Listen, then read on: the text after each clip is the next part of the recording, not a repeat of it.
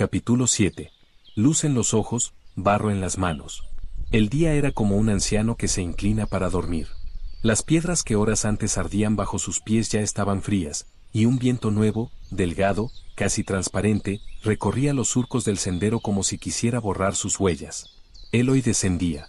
Su andar era lento, no por fatiga, sino por reverencia. Cada paso era un pensamiento, cada roca, una pregunta. La cumbre había callado todo lo superfluo, y lo que quedaba en él era una voz sin timbre, profunda, que resonaba en su interior como si viniera de mucho antes de su nacimiento. ¿Qué ve el que baja solo una montaña? Tal vez no lo alto, sino lo hondo. No lo que se conquista, sino lo que se comprende. Las ramas de los pinos se mecían como manos que bendicen sin palabras. El aire olía a musgo y a silencio antiguo. A veces una hoja seca crujía bajo sus sandalias, devolviéndolo al presente con la ternura de un recordatorio.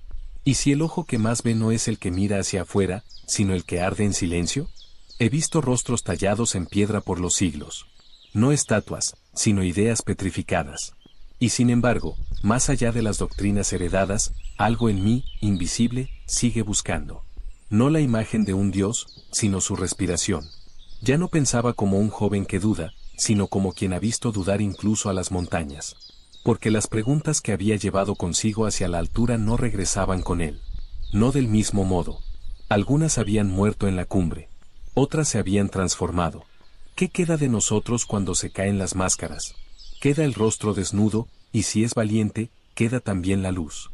Un pájaro lo siguió durante un tramo del descenso, cruzando de rama en rama con un canto breve. Eloy lo escuchó como si fuera una voz olvidada de la infancia. El valle ya se dibujaba abajo, cubierto de sombras largas y tejados rojos como carbones que aún arden. A lo lejos, una delgada columna de humo subía desde su casa. ¿Puede el retorno de una sola persona cambiar el ánimo de un pueblo entero? Quizás no. Pero el fuego que trae en su pecho puede encender otras velas, sin extinguirse. Sus pies tocaron por fin el sendero más llano. El bosque se abría como un velo ante él. La tierra era más húmeda. El aire, más dulce. El corazón, más callado. Y entonces, la vio. Su madre lo esperaba en el umbral, como si hubiera sabido, no por noticias, sino por presentimiento, que aquella noche su hijo cruzaría el portal. No había lágrimas. No había palabras. Solo un gesto suave, como una raíz que reconoce el paso de su propia savia al volver. Tenía una olla entre las manos, y el delantal manchado de harina. La luz cálida de la cocina caía sobre su rostro con la misma suavidad con que el sol besa los campos al amanecer. Por un instante, Eloy sintió que no entraba en una casa, sino en un templo.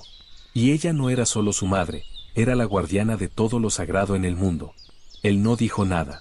No porque le faltaran palabras, sino porque aún llevaba el silencio del cráter en el pecho. Un silencio hondo, espeso, mineral. De esos que no se rompen, se honran. Ella tampoco preguntó. No hubo reproches, ni exigencias. Solo alzó un poco la vista, como quien examina un fruto al regreso del huerto, y con una voz que parecía protegerlo incluso del cansancio, murmuró: «Te dejo la sopa sobre la mesa, y el pan está aún tibio». Eloy asintió. Y en ese gesto simple, apenas un leve movimiento de cabeza, cabía toda la gratitud que no sabía nombrar. Había subido el Vesubio para buscar a Dios entre las rocas, para mirar al mundo desde la caldera del fuego, y allí, entre vapores y soledad, había entendido muchas cosas. Pero en ese momento, al cruzar el umbral y respirar el aroma del pan recién horneado, supo que el misterio más alto no estaba solo en el cielo, sino también en el calor que alguien guarda para ti, sin preguntas. Y cuando entró, el calor del hogar le pareció más sagrado que cualquier revelación en la montaña. ¿Es posible que el alma sepa lo que aún no ha aprendido? Tal vez sí, porque en el amor callado, también habita la verdad. Y esa noche, mientras el pueblo dormía y el fuego de la cocina chisporroteaba en la penumbra, Eloy comprendió que la cima no estaba arriba. Estaba allí, en ese instante preciso, donde la sabiduría y el afecto se fundían sin nombre. Y por primera vez, no sintió la urgencia de hablar. Solo de quedarse y escuchar. La sopa humeaba entre ellos. Un hilo de vapor subía lento, como si aún quisiera alcanzar la cumbre. La madre lo observaba sin prisa, como si tratara de descifrar no solo sus palabras, sino el alma misma de su hijo. ¿Y cómo era todo, desde la cima del Vesubio?, preguntó al fin, sirviéndole un poco más de caldo con un movimiento que mezclaba ternura y temor. Giorgio apoyó la cuchara. No miró el plato, ni siquiera el fuego. Miró más allá del muro de adobe, como si aún tuviera nieve en los ojos. Desde allá, todo parece más pequeño, madre. Las casas, los caminos, incluso las fronteras. Pero las preguntas se vuelven gigantes. No hay ermitas allá arriba. Solo silencio. Y en ese silencio comprendí que el origen del sentimiento religioso no está en los libros ni en los altares, sino en el asombro. En ese temblor hierático que sentimos ante lo que no comprendemos, pero nos llama. Hablas raro, dijo ella con una sonrisa apagada, que intentaba disimular el leve temblor en sus manos. No sé quién ha vuelto. Este, no es mi hijo. Giorgio volvió su rostro hacia ella, suave pero firme. Lo soy, madre. Soy el Giorgio que has criado. Pero también soy algo más. Porque subí como hijo, y bajé como conciencia. Antes creía que la fe era obedecer. Ahora creo que es mirar de frente y no rendirse, ni siquiera ante la propia duda. He aprendido que la libertad de conciencia es más santa que cualquier rito, porque sin ella, ni la fe es libre, ni el amor es verdadero. La madre le sirvió agua. Él bebió, luego continuó, vi tierras donde los hombres aún viven como esclavos. No todos están encadenados, pero muchos viven obedeciendo por miedo o costumbre. Y entendí que el progreso no es una idea moderna, sino un acto antiguo que empieza con el simple gesto de mirar al otro como igual. No se puede liberar al mundo si uno no comienza por liberar su propio pensamiento.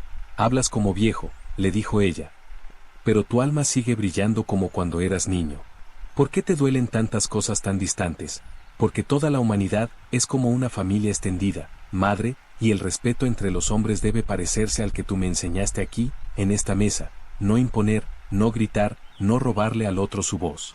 Las mojoneras y las fronteras son necesarias, pero no deben ser muros para la dignidad, ni cárceles para la esperanza. La madre lo miró de reojo. Su hijo ya no era un muchacho. Tenía la espalda más ancha, las manos más duras, y en los ojos, esa luz de los que han visto algo que no pueden explicar, pero tampoco olvidar. ¿Y qué harás con todo eso, hijo? Reunirme con los otros. Hablar. Escuchar. Crear. La libertad de reunirse, madre, es como este pan. Si falta, todo el pueblo pasa hambre. Y la palabra bien dicha, justa, es como la semilla que no sabes cuándo germina, pero sabes que dará fruto. Por eso debo hablar, aunque me llamen loco. Por eso debo escribir, aunque nadie lea. Porque si no lo hago yo, ¿quién lo hará? La madre guardó silencio. Tomó su plato y lo colocó en la pileta. No lloraba, pero en sus ojos flotaba esa humedad que antecede la lluvia o el orgullo. Luego, sin mirarlo, murmuró, a veces te perdías. Por días. Íbamos a buscarte entre los olivos, o por los caminos de la sierra. Pero siempre volvías. Y siempre traías algo nuevo. Aunque sea barro en las uñas, o una historia rara. Giorgio sonrió. Se acercó al torno, al rincón donde desde niño moldeaba el barro como si fuera tierra sagrada. Sigo haciendo vasijas, madre. Pero también intento que esta tierra, este pueblo, esta familia, crezcan. Que no hereden solo nombres y recetas, sino también preguntas. Porque los pueblos no mueren por pobreza, sino por falta de sentido. Y así pasaron los años. Giorgio seguía desapareciendo a veces, cruzando montes, visitando aldeas, hablando con ancianos, escuchando a niños. Hablando a niños. Pero siempre volvía. Y cuando volvía, trabajaba. En el torno, en la huerta, en la escuela improvisada bajo el laurel. No quería salvar al mundo. Solo ayudar a que no olvidara su alma. A los 33 años, su rostro ya mostraba la serenidad de quien no busca ser comprendido, sino útil. No se había convertido en maestro, ni en guía, ni en santo. Pero algo en él, en su forma de estar, de mirar, de callar, sembraba inquietud y esperanza al mismo tiempo. Y entonces, cuando el invierno regresó con su soplo de ceniza, y la comunidad se reunía una vez más en el atrio de la iglesia, alguien preguntó quién era ese hombre que hablaba como si viniera de otra parte. La madre, respondió, es mi hijo, pero también es el fuego que no pudimos apagar en su infancia. Y Giorgio, que la escuchó desde el umbral, añadió sin levantar la voz, con esa firmeza suave que nace de quien ha vivido lo que dice, no basta con regresar al pueblo, hay que volver con luz en los ojos, y barro en las manos.